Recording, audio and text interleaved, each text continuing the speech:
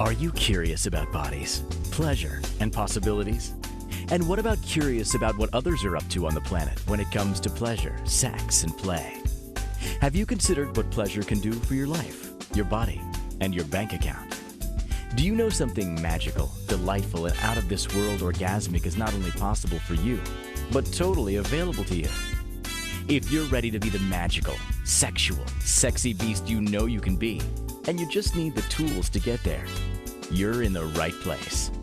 Now, here's the host of The Pleasure Zone, sensual movement artist, relationship and sex alchemist, Milica Jelenic. Welcome, welcome, welcome, my sweet pleasure seekers. Today we have a guest. I'm going to get to that in just a second. I'm just curious, for all of those of you who are listening out there, what part of the world are you listening from? Where are you? What's going on in your area of the world right now?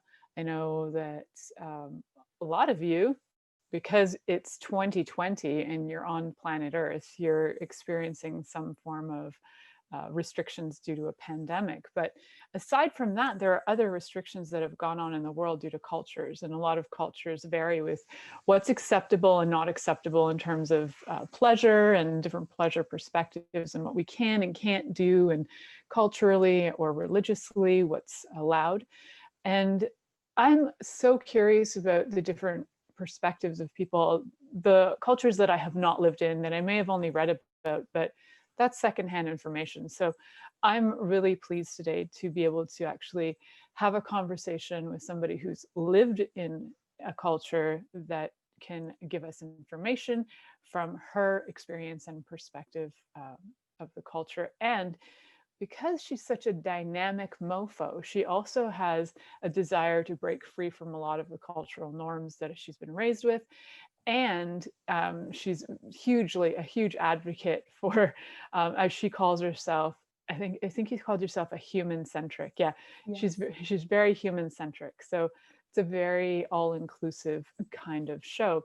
So today I'll be speaking with my guest, Farrah, who is an MA student at OISE and a consultant consultant program designer for higher education in the realm of international development. She currently serves as an equity officer for the Graduate Union of U of T and is a curious South Asian exploring sensuality, sexuality, and shame. How do those go together, right? With South Asian, why is that such a tongue twister for me? South Asian. I'm going to get that out of my mouth and be able to say South and mouse today. Asian exploring, so we're going to be exploring these different topics of sensuality, sexuality, and shame, and also with women in different things like biracial relationships, whatever that may mean to you. You may have some different perspectives on what that means. So we're going to look at what is that, how does that maybe affect relationships, how does that affect conversation around sex and sexuality and sensuality. So I know this is kind of different because we usually have topics that are very much like, hey, this is how you give a blowjob, or this is what we do. But aside from those things around talking about these are the how-tos in the universe, we also have a lot of conversation to be had when it comes to the different cultures and how the different cultures are affecting some of our how-tos, things we've never learned, things we just don't know because those conversations are not had. And so, Farrah, I'm just curious, what was it that when I offered for you to come on the show that had you have like a spark of, hell yeah, I'm going to do that? Yeah, there was three, I think, main things that really put this in movement. And before I get into them, I just want to say thank you for having me because I'm so stoked to be here and talk to you and explore through this conversation. The first was just upon reflection, like thinking of the women in my life, predominantly my mom and my grandmother. And we never really had conversations around sex, but my mom read a lot of erotica. And I remember walking in on my grandmother, like watching porn or, looking at other things that were quite sensual. And so part of it was a curiosity of, oh, what does this look like intergenerationally? Like I grew up in a nuclear home, my grandmother, my mother, what does it look like there? But also like, how does that translate to children then who, kind of see it, but don't really have conversations about it in the home?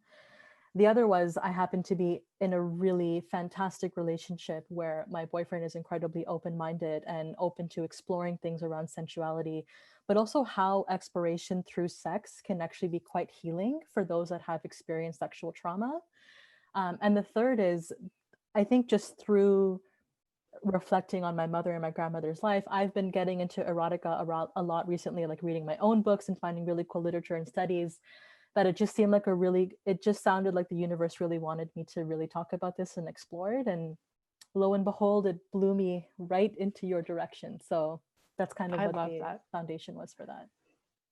What I love is that, especially that like you knew that your grandmother watched porn. I Yeah. love that. Yeah, You've me mentioned too. it to me before, and I think that's freaking awesome. I Yeah. personally, I can't even fathom my grandmother watching porn. She was very wasp and like Mm, tea time, and she was like the ultimate colonial. Like she did everything the way the queen would do it, yes. and not a lot of creativity around her daily life. So Mm, to even think that my grandmother would have like enjoyed sex is kind of strange to me, because uh, she was so rigid in so many ways that it's hard for me to imagine that. And then I had this other grandmother who was like a village woman, European woman, who just, she had the babushka and she looked like a little old granny, but she was like a sex fiend. yes. And the wild thing about this sex fiend from, at the time it was like communist Yugoslavia, this Mm, sex fiend woman, growing up in this age, she like happened to find a husband who would accommodate her whims. And I only found out that's great. probably in the last 5 or so years that my grandmother, who I'm named after, by the way, was Amazing. a bit of a little sexy goddess sex fiend. Of course. And she was super religious, which is funny because you Mhm. mentioned that about your grandma too. Like your Yeah. grandma was very dedicated to her To her beliefs, faith. yet she Yes. has this side of her that is like there's no denying the sensual sexual part. And I think that's beautiful because so many cultures and religions won't allow those two things to mix. You're Yeah. either sexual or you're spiritual, but you're not both. Correct. 100%. So I'd love to hear more about like when you found out about your grandma, like what was your sort of reaction to that? I was super young when it happened and we used to share rooms. It was one of those things that like it was 8:30, she's winding down watching her programs, I was downstairs doing something, and I'd come into the room and she like quickly changed the channel. And I actually didn't recall it until I was reflecting this year about my grandmother and my mom. So my reaction was, one, like I giggled because I thought it was so funny, because it was kind of like catching a young kid watching porn, that they were like super shy about it and they changed the channel. But I thought there was so much empowerment in it that I'm like, oh, this is a woman who is a woman of faith, has raised countless grandchildren, has lived without her own husband for more than 30 years, and was still finding ways to feel sexy and like sit in that power. And that for me was always something I thought was super, super cool. Oh, Yeah, that she just did it. I love that. that is just so cool. And, to be a pleasure diva at all Yeah. ages, I At think is all. amazing. Yes. I Absolutely. love that. Like, because there is so much ageism around that as well. And like, aside from cultural differences, there's a lot of ageism around sex. So there's a lot of people who think like after 60, like who does it? And oh, it's gross. Like it's interesting to me how that occurs, but that's a whole other conversation. I was Yeah. just curious about like, did you like walk in and your grandma was mid orgasm? Like what was going on? Now that would be interesting. That would have been interesting. I think she would have been mortified, poor woman, if that had Yeah. happened. But it was, I think, to your point, like one of the things that I've been thinking of as well, and I just spoke to my boyfriend about this before, is like I thought about South Asian representation in porn as an example, or even in like passion films, and how much they are underrepresented because of other stigmas. What will the community say? What does the faith say about this X, Y, and Z? But outside of that, I think that there's also, when you kind of get rid of the outside noise and just listen to self of what works. When I was thinking of porn, I thought like, oh yeah, maybe Indians or South Asians are underrepresented in porn, but porn has a bunch of categories. So like age is a category, body shape is a category, and in many ways, I think it's creating space that like women's magazines and women literature doesn't. Like every time I look at a Cosmo or Vanity Fair, it's how to look great, or how to make your man orgasm, or how to lose that last 10 pounds. Whereas like porn doesn't really tell you to do that. Porn is just like, here are people that want to explore and do what they're doing. And so that's been something that I've been also thinking of as well, that like, I wonder if South Asians were represented in the culture. And what I mean by that is like porn and other avenues of sensuality and curiosity, would there be less shame and would there be more empowerment around having these conversations? Wouldn't that be cool? More Wouldn't it be? representation. I know. Wouldn't that be great? It's a funny thing because as you say it, I just want to say what comes up in my mind, and it may be a judgment, but the first thing that comes up in my mind is like, in some ways I almost feel like happy for you that there isn't that influence in a way, because to me it's like a lot of the porn that's out there is not necessarily kind. So it's almost like, how lucky did you guys get not to be in this industry that's like so degrading and demeaning to so many people. It would be amazing to see it be more empowerment in pornography. I think it's starting to change. And I remember, so about 5 years ago, I was approached by a Chinese porn producer to ask if I wanted to star in a role to be like the dominatrix teacher. So I brought it up to my husband, and he's like, sweetheart, I don't think they're going to actually pay you what they say they're going to pay you. But if you want to try and follow through on it, you can. But you have to get that, yes, you're awesome. But at the same time, there are so many people out there that they can hire that they're not going to give you what they're telling you they're going to give you. And I was like, okay, well, that was good advice. He wasn't like, no, what the hell? He was just like, okay, you got to be realistic about the offer, because this offer doesn't seem real. And I thought it was interesting to me that the whole thing was actually geared towards the Chinese. There's a certain market in the Chinese porn industry that's looking for white women, and I'm like, but why? Why is it that it's like, why are you thinking that we have something that you don't have? So that was my question. I'm like, well, can you not find an Asian woman that can also be in the position of dominatrix and look empowered, but maybe that is not a role that is being given to women, South Asian women in pornography at all, maybe. I don't know. I don't watch enough porn to know, frankly, so I couldn't tell you.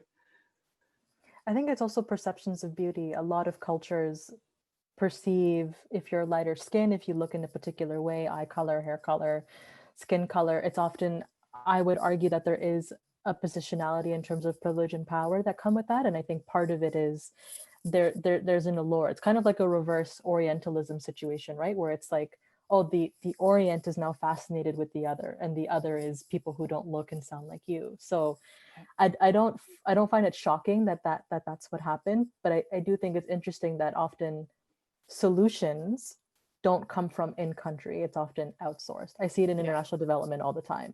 They don't ask their people what the solution is. They will go to the West, quote unquote, and say, what are you guys doing? And how can we curate that to work in our arena? When the reality is, a lot of the times it doesn't work. The policy borrowing, the program policy doesn't work. And I'm seeing the same thing in my conversations around sex, that like, why is there less of those conversations happening within communities?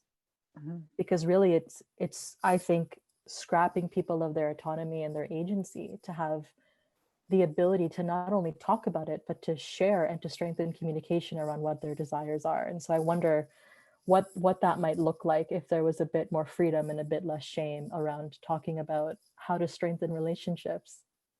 I think that would be great. So where do we start with that? Like, what's your awareness? Where do we start with that conversation? Are we starting it today? Like, where do we start that conversation? Well, I think I would pass it back to you and say, like, what comes to mind as someone who's not in the space that you think would be an interesting place? So the funny thing is, from not being in the space of pornography, we'll say, yes, my advice to the producer was, I said, I'd be willing to come on and consult and actually create pornography that has value, where the people have energy behind their bodies. Because most of the stuff, I don't watch it because it's like dead. It's like blah, blah, blah. And there's like body slapping, but there's no, I can't feel it. So I have to say though, I was watching, like I love Outlander, and I was Yeah. watching Outlander, and like the sex scenes between Jamie and I can't remember her name. There's like a season 2, I think, or 3. They're having sex at some point, and I looked over at my husband, and I was like, "Whoa!" He's like, "I felt that too." I'm Mm. like, that had like real feeling. Whether they actually penetrated each other, it was irrelevant. The energy behind it was Mm. like so intense that it was believable. Mm. That to me is way more sexy than watching like anal penetration, because you could, it's like everybody's doing that, but who's actually putting Yes. energy behind it that has it feel alive? Mm. That's what I would want to consult on. It doesn't matter to me what your body looks like. I would want the aliveness. Mm. I agree with you. I think that that level of passion is the interesting part, because I think that's where, especially for someone who is spiritual, I think that's where the intersection lies, where it's like, oh, where am I being seen? Where am I being evoked? Where am I being nourished? And I think that part is far more fascinating than what's available with porn. I also think porn doesn't give you the story, which is one of the things I've seen with BDSM, that like, in my introduction to it, it's been about consensuality, which is super important. So it's two people having a conversation, not just to see if they're like kinks align, but to see, do they align fundamentally at their core? Do things work? Or do I feel safe? Am I okay to be vulnerable with this person? Can I completely trust? I think that there's so much beauty in that. And what I'm seeing in porn is that that piece is also missing, is like, oh, well, I don't see the communication that helps build the foundation to make this exciting and pleasurable, nor do I see the aftercare of like where you have people being really gentle and being really sweet and actually talking about what just happened. And I think sex in general, regardless of what culture you belong to, I don't know how much it celebrates the communication as opposed to the act. Whereas for me, I think the communication is even more important than the act, because that ability to feel safe, that ability to feel like there is a give and take, that ability to I think also have vernacular to give shape to what your desire is super, super powerful. And it's something that I don't really see in porn, but I see in other places like literature or erotica, for example. I think we're going to talk about erotica next, but first we're going to Okay. head to our commercial break. I want to talk about erotica because Yeah. you are born into a culture that has one of the sexiest erotica literatures in the world. So we'll talk about that. So you're listening to The Pleasure Zone here on Inspired Choices Network, and we'll be right back after this commercial. Are you secretly a voyeur, wondering what's going on in other people's sex lives? What if now is the time for a totally different sexual evolution? Are you interested in people who are pioneers of different sexual and pleasurable practices? Lean in now with Milica Jelenic, where she will entice you and your body to know your own pleasure zone. On the Pleasure Zone radio show with sensual movement artist Milica Jelenic, you'll receive tools, inspiration, and a foundation to allow yourself to receive more in your sex life, and quite possibly other areas of your life as well. Listen for the Pleasure Zone with Milica every Monday at 8 p.m. Eastern Time, 7 p.m. Central Time, 6 p.m. Mountain Time, and 5 p.m. Pacific Time on InspiredChoicesNetwork.com.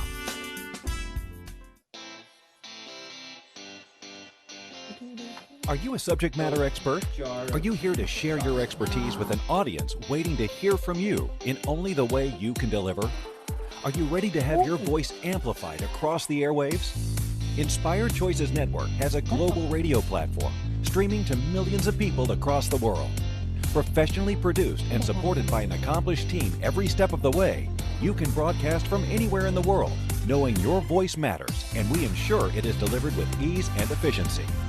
Eager to hear your message, the world awaits. Contact us today to become an Inspired Choices Network radio host.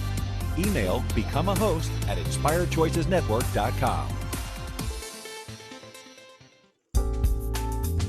This is The Pleasure Zone with sensual movement artist Milica Jelenic. To participate in the program today, join our live studio audience in our chat room at InspiredChoicesNetwork.com. You can also make the choice to ask or comment by email, info@milicajelenic.com. Now, back to the program. Well, welcome back, my sweet, sweet pleasure seekers.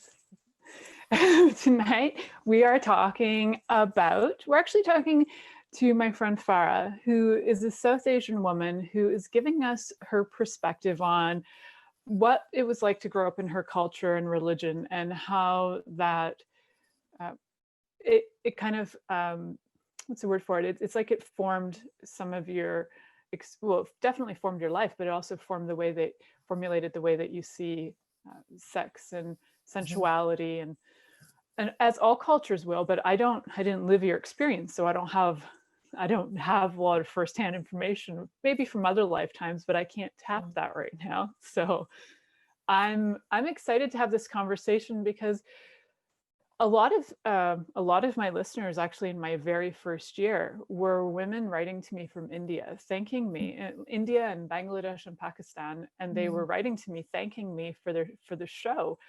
First, what I was amazed at was that the internet was allowing them to get me, because I thought there would be restrictions. Like, I didn't think they would be able to download the show or to watch it or to listen to it. So that I was impressed with, that they were actually able to receive the show. And about a year into my show, I'd been watching like a special on Netflix, I think.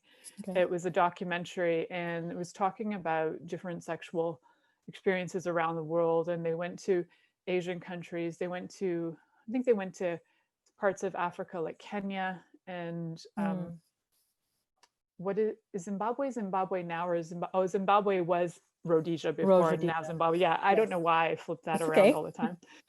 So was Rhodesia, now Zimbabwe.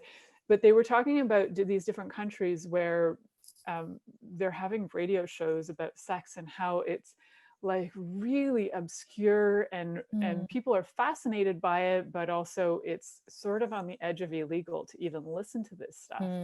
So I was like amazed that my show was allowed to be heard, especially that I was, giving kind of like almost instructionals on how to give a blowjob or how to do different things. So I was kind of surprised that I had a following, which was amazing. It was amazing and beautiful, and there was so much gratitude. Like, thank you so much for talking about this. It was like a source of education, which was also a really great prompt to keep going, because I thought, wow, if there are women in the world who are my age and older and don't have this like basic education, that really made me mad, actually. I was like, are you fucking kidding me that we are not educating people? And I don't have that reality, right? I grew up in North America. I had access to Sunday Night Sex Show with Sue, which I learned a lot from, because Lord loves Sue. And I didn't have those restrictions on me, even though culturally they were kind of there. I wasn't around my dad 24/7. He was like my part-time dad, so I saw him every second weekend. So I didn't have a major influence from him or his culture. I had a lot of access to things if I wanted it. And it surprised me that now, in this day and age, that there's still such a lack of access of information, even just basic information about this is how your body functions. Yeah. So the shame, I'd like to talk about the shame piece, because I think that was interesting when you brought that up to me when we were first talking about the possibility of this show, and you were mentioning about the shame that you felt was kind of the air going on in your culture, or at least in your home. Yeah, I think it's, for me, like my background is South Asian, of course, but we're Shia Muslim as well, which I think added a particular dynamic in terms of the ability to talk about sex. And the branch of interpretation that I belong to in Shia Islam is known as Ismaili, and we're a super small community. There's not very many of us, in the sense that like Sunni people who adhere to the Sunni interpretation, there's much more of them. And so I think because the community is so close knit, especially within South Asian spaces, I would say, regardless of if you're Muslim or not, if you're South Asian, I would argue Bengali, Pakistani, Indian, you are raised to care about what other people think about you, like what you do, what you wear, how conservative you are. I think if you're a woman, based on how like docile and submissive you are, how well you can adhere to the needs of the man. Like, I think about my own life, and like men always sat at the table. My mother and like her sisters or the other women never had a place at the head table, with the exception of my grandmother. And so I think when you're brought up culturally and you're conditioned socially to adhere to more submissive roles, And you're also brought up, I would argue, in an environment where the language around sex, let alone language around genitalia and like consent and sexual health, are not talked about, and they're very taboo. Imagine then becoming a young adult South Asian woman who's beginning to explore sexuality, and you don't even have the vernacular to talk about it because there's so much shame and so much stigma, in addition to a limitation of language. So I'll give you an example. Like, I never knew what the Gujarati word it was for vagina until I looked it up today, and it said yoni is what I got. And so when I think of, That's wild. isn't it wild? And so when I think of yoni, I think, oh, when I talk to people that do like yoni meditations or yoni workshops, it's rooted in this like Vedic. yeah, but it's quite strong, and it's quite like, it's potent, and people are present, and there's more celebration around the curiosity and exploration of the yoni when it's talked about that way. When I think about it in my home, like I think about, my grandmother used to refer to it as chichi, which literally means pee. It doesn't actually mean Really? vagina. Yeah. Wow. And so I think, like, part of it is maybe it was lost in translation. Maybe she did use it and I don't remember it. But the part that does stick out to me is, like, if you're talking about your genitalia, and it's always accompanied by words that are shameful, like pee, or things that are dirty. Imagine, like, how is that going to condition you in your ability to be able to vocalize it later in life? Or if you're someone who's survived trauma, as an example, like, if you don't even have autonomy over those parts of your body, how the hell are you going to talk about them? Yeah. And Were so we I the think, ones talking about the fact that in some cultures there isn't even like words for like different yes, abuses? Yeah. I yeah, wasn't sure if it was us or somebody else yeah. we know. Yeah, So there isn't even words. And I think a lot of it is normalized. Like, rape is the fourth highest crime in India, as an example, and over 80% of 80% of people who are rapers are immediate family members. So family, like fathers, grandfathers, and brothers. And there's countless articles that I think talk about police indifference around rape and sexual abuse as it pertains to women. And domestic violence in India is also pretty high. 60% of women experience domestic violence, whether it's psychological, verbal, financial, physical, sexual. So I think there's so much shame around it because there's too much of the crappy part of it that's been normalized. And there's not been enough conversations around how to educate our men to communicate not only their own desires, but to actually form equal partnerships with the people that they choose to marry. And I think that's part of what fuels issues around shame for sex, is like the community aspect of it, the religious aspect of it, the conditioning of the partners that we choose, the conditioning of the other women that we interact with. I don't know if I told you this when we met, but when I was thinking about doing my own work around the South Asian sexual experience, I had canvassed like 20 South Asian women in my life, just to get like their sense, like, what do you think of it? Different age categories. Some were moms, some are single. And the two people that I spoke to most openly about it, actually the three people, two of them were my best friends, Farzana and Milica, and we could have really open conversations about like toys, BDSM, role play, like all, there wasn't shame around it. It was, we're exploring and we're curious, and there was this band of women that we can talk to about it. But the other women that I spoke to, like my older cousins or friends of mine that are a few years older than me, were super excited to support the vision that I had, but they were very resistant around giving shape to their experiences, let alone giving shape to their own curiosity around sex. And a lot of it was rooted in, oh, but I'm a mom, what are people going to say? Or like, I don't want to use my name, or like, I'm reluctant because if you're putting in this detail, people might deduce that it's me. And that for me was like, why does that exist? Like, why is it that as women, we're told that we're allowed to be strong and powerful and intellectual in work life, but we can't bring those same attributes to sex, and we can't bring those same attributes to our romantic relationships? And so I think shame, in terms of what I've seen in my environment, has really repressed people's ability to celebrate their body.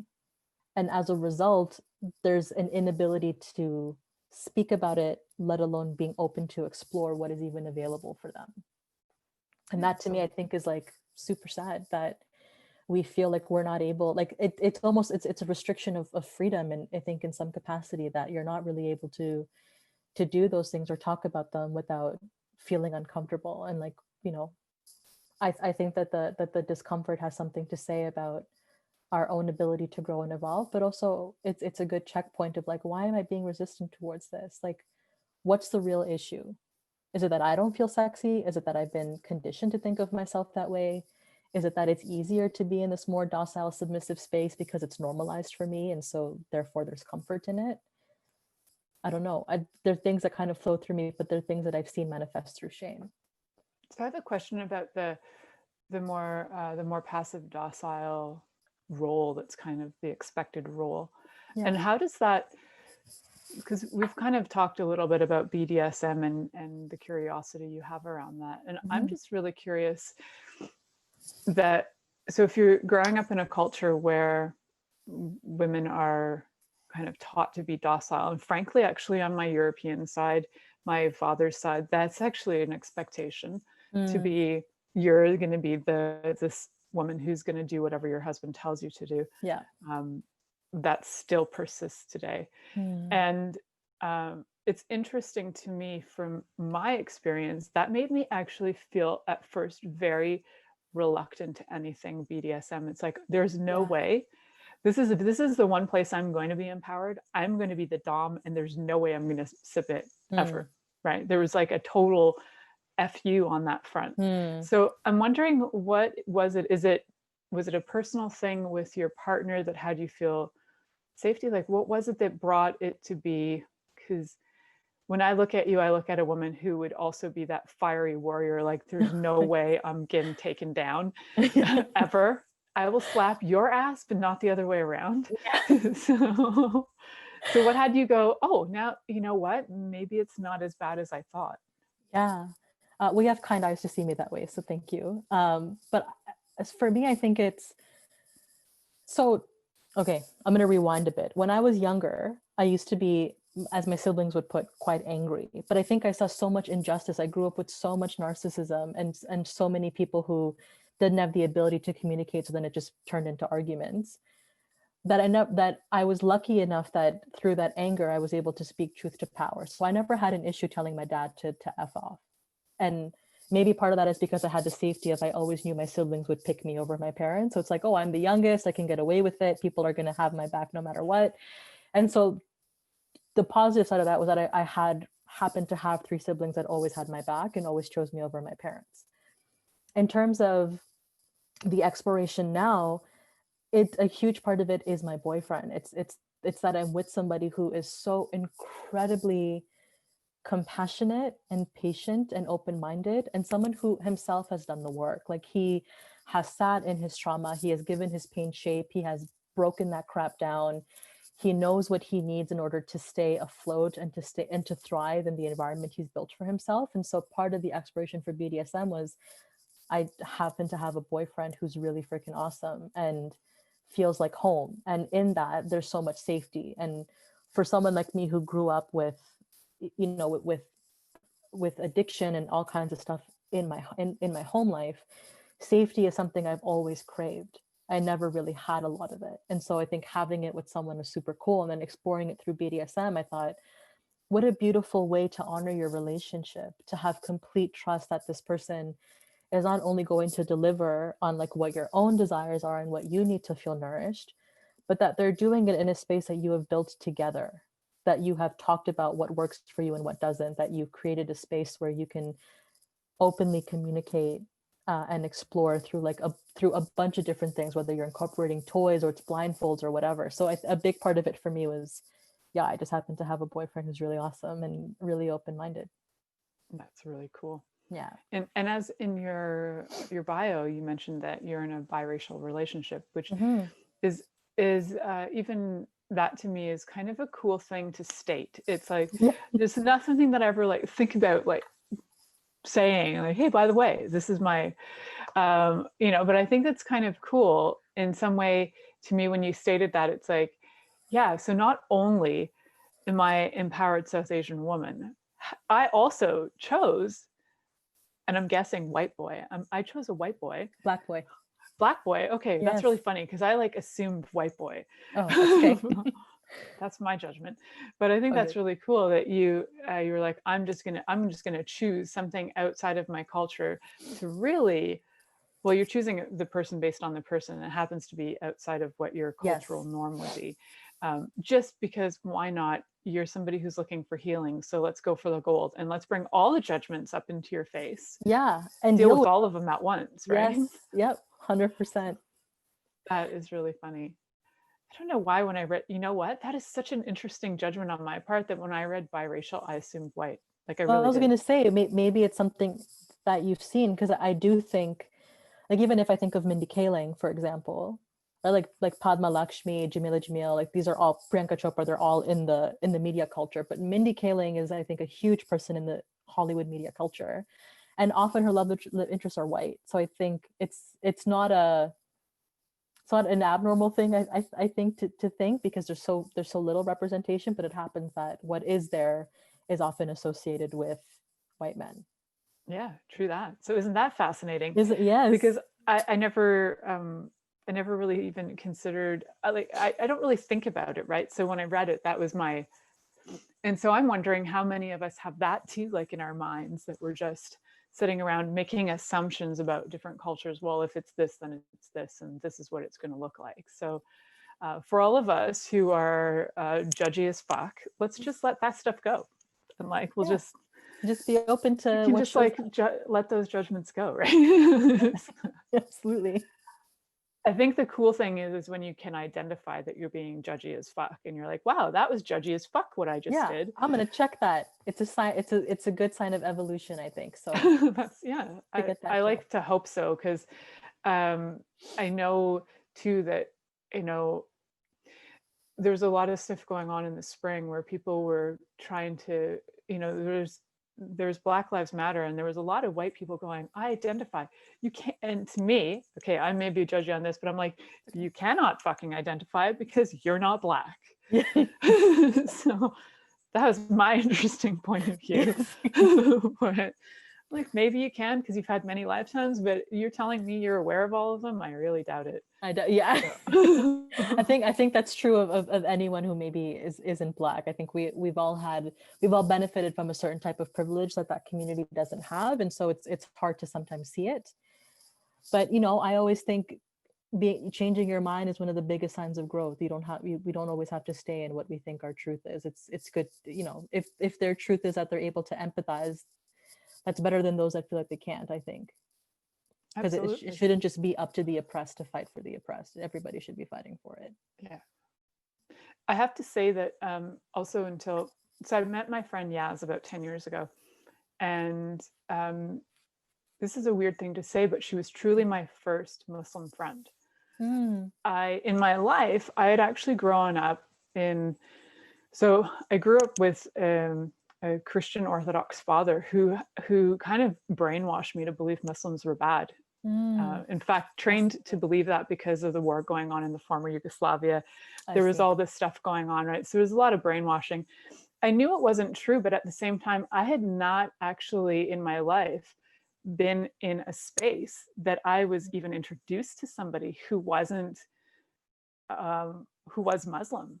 I just, and that to me now in my reality is so weird, because now I feel like I should probably have a bayat and become like, I'm not really sure. Picking us up everywhere you go. Yeah. Yeah. I think I'm so in the culture, but it's really funny. To make space for you. Yeah. So it's, I find it fascinating because I know what my judgment was before meeting her was I really thought Muslim women all wear hijabs. Yeah. I think most people do. I still get that. I'm like, oh, you're Muslim, but you don't look Muslim, which is really a subtle way of saying like, oh, you're not wearing a headscarf that visibly indicates that you're Muslim. Yeah. And so with that assumption, I also had the assumption Muslim women are all sexually repressed. Yeah. Like I had that definition full on.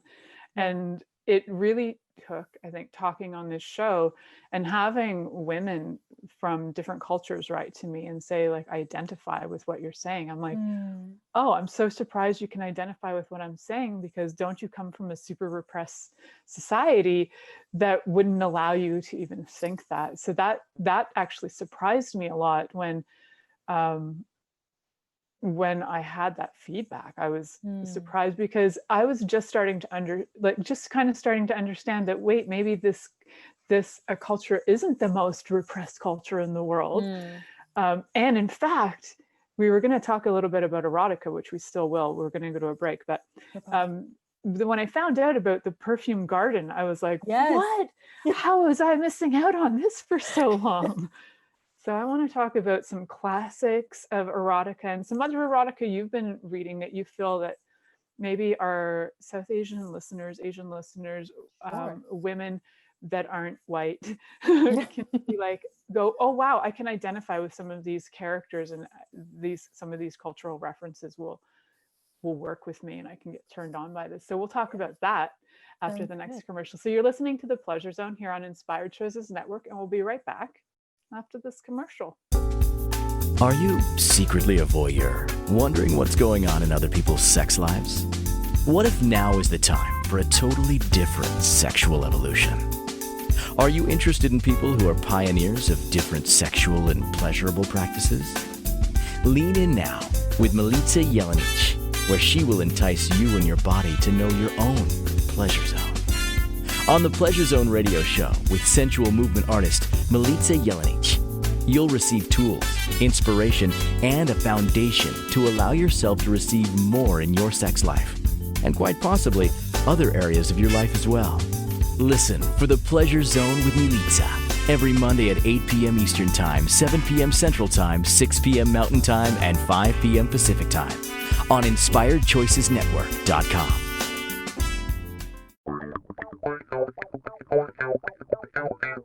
Interested in masturbating for money, copulating for consciousness, and pleasuring on purpose?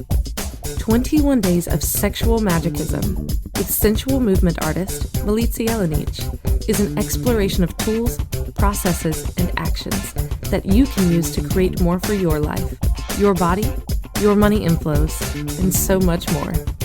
Graduated learning for all levels of interest. Learn at your own pace via video classes or join the yearly live class. Take a peek at www.milicajelenig.com. This is The Pleasure Zone with sensual movement artist Milica Jelenic. To participate in the program today, join our live studio audience in our chat room at InspiredChoicesNetwork.com. You can also make the choice to ask or comment by email, info@milicajelenig.com. Now, back to the program. Well, that was a fun and interesting break. And I like how it came at a surprise and then it ended at a surprise, and there was a little stunning break in the middle. It was fun. So, I like when things are not always as they appear to be, which is actually what this show is pretty much about. It's not always what we think it appears to be, right? I always had the curiosity of like, what if the world and everybody on the world was blind and we had no idea about color? Like that always was that question in my universe of how would we actually react to people? And I've had some people say, you know what, we're such judgmental Fs that we would judge them based on the tone of their voice. That's true. Or the smell of their clothes or whatever. And like, yeah, you're actually right, because we are that judgmental. So, you know, there are ways that we can change that though, for sure. And, you know, some of the easiest ways is having conversations and listening, I think is one of the easiest ways. And checking yourself. Yeah. As you guys just witnessed me checking myself, but check yourself. Like, where are you being a judgmental F? And just check it out and go like, wow, I just assumed. Wherever you were like, I just assumed, you're being a judgmental F, just so you know. So. But it was good. It was a good check. I think it's important to have those moments. Yeah, we definitely, I'm sure, I don't know of a person who hasn't had those moments. So it's cool to have those check-ins. It's funny, like my daughter actually has a Hebrew name and so many people are like, so you're Jewish? I'm like, no, I'm not Jewish. Does it matter if I am? Like, like, oh, because your daughter's name and the body work you do. Yeah, the body work's called mitzvah. It's a Jewish word. My daughter's name is Ziva, which is a Jewish word for splendor. I like these words. Yeah. They have cool meaning for me. They have cool meaning. And they just that. Yeah. Yeah. So, you know, it's funny because I've been on that a strange receiving end of that. And it's funny to receive it when people are like offended when I'm not Jewish. They're like, but you're not Jewish. How come you're using these words? And I'm like, oh, I'm sorry. You just used the word ice cream. Should I be offended that you used my whitey English like ancestors' word for ice cream? Yes. Like, I'm not sure. Should I be offended? So. I think people have a hard time with placement. Like I see it a lot in conversations with my queer friends of like, oh, if you're fluid or you're someone who's bisexual, like people love to label because it helps them situate you.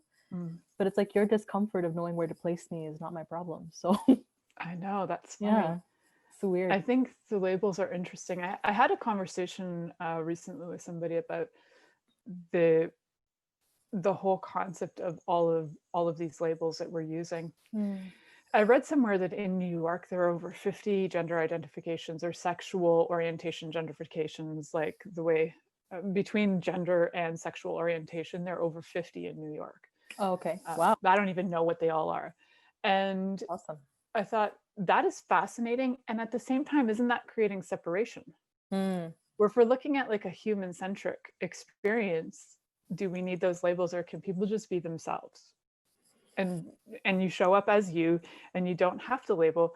But then I got really good feedback on that, which was it was interesting because it's from somebody who's like a colonialization expert. And she's like, well, when cultures have been colonialized, what occurs is that at first the people need to feel like, and I might be misquoting her a little bit, but she was saying that it has a lot to do with like feeling a sense of safety and security. So you need to kind of identify with your group so that you feel like the safety in numbers kind of concept.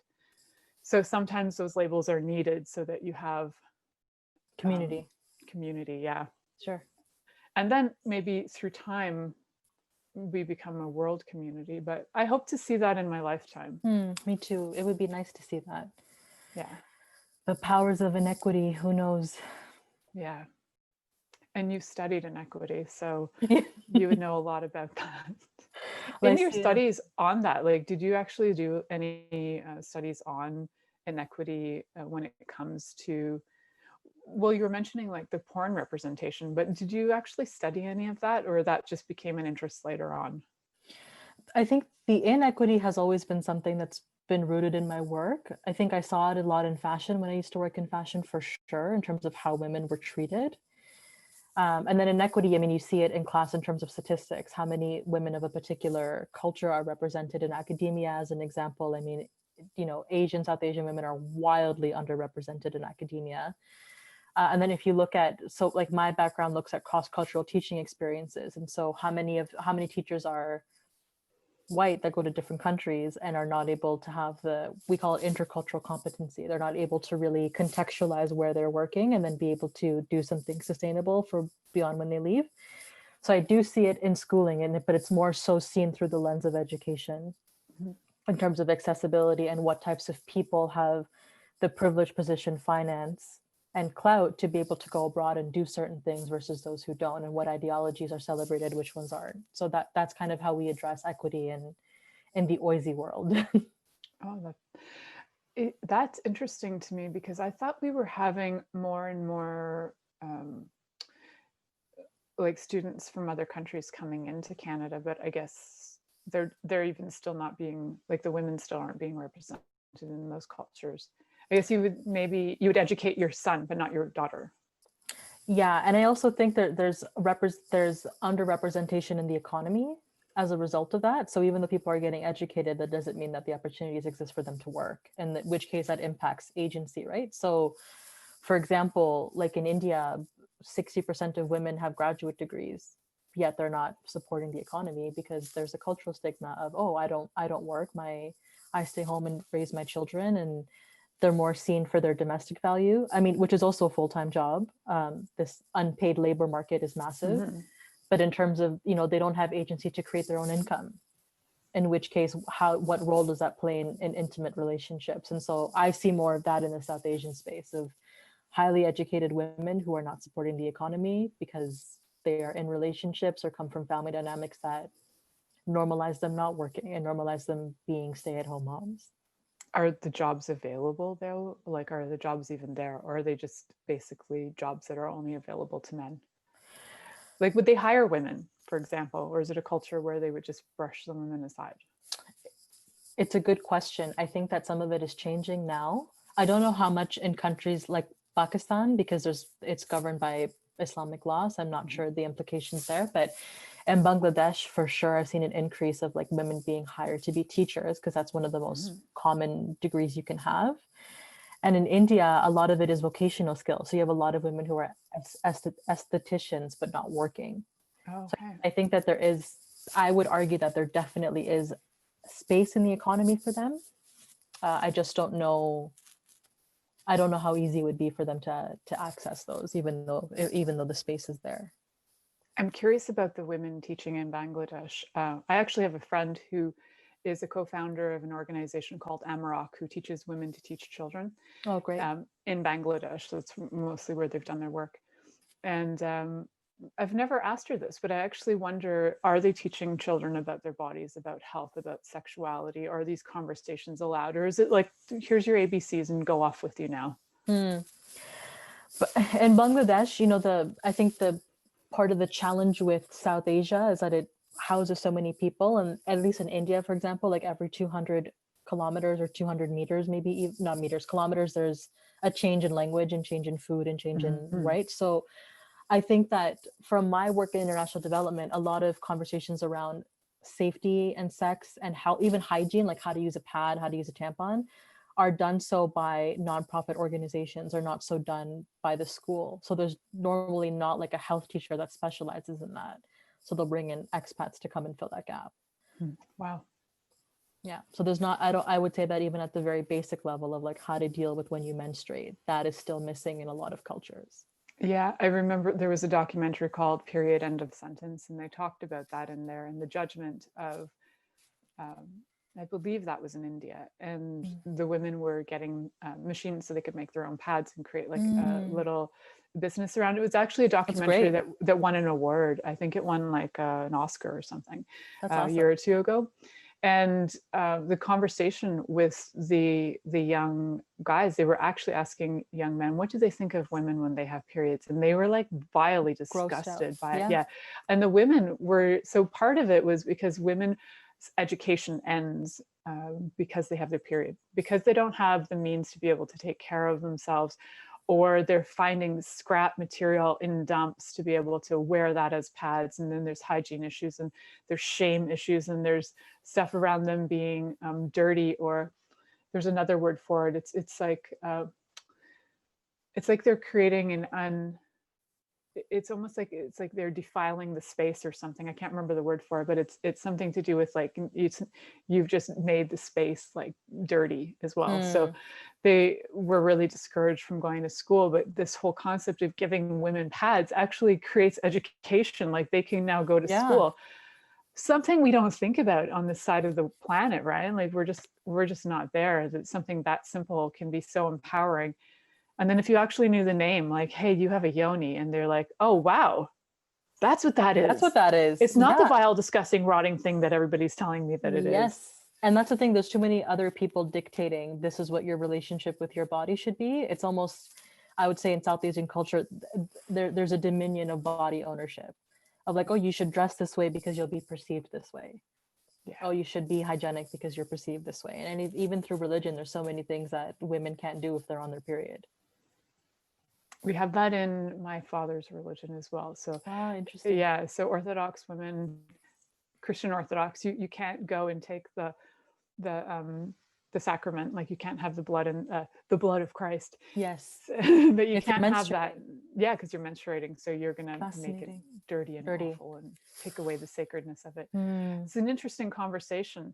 I want to thank you, Farrah, for coming on and like for having me, being the face and the voice for South Asian women. I really was excited to talk to you because I know that part of your targets in life is to be able to do some coaching and therapy with women in the future, and that's part of what you're working towards. And so now in the future, whoever's listening now and in the future, get yourself ready to be able to connect with Farrah. Come find me. Come find her so that you can find a sister that can actually relate to you and your experiences and maybe some of the stuff you've gone through, because I think it's amazing. I was so excited when she said that. I was like, do you know how many more Asians we need We need more.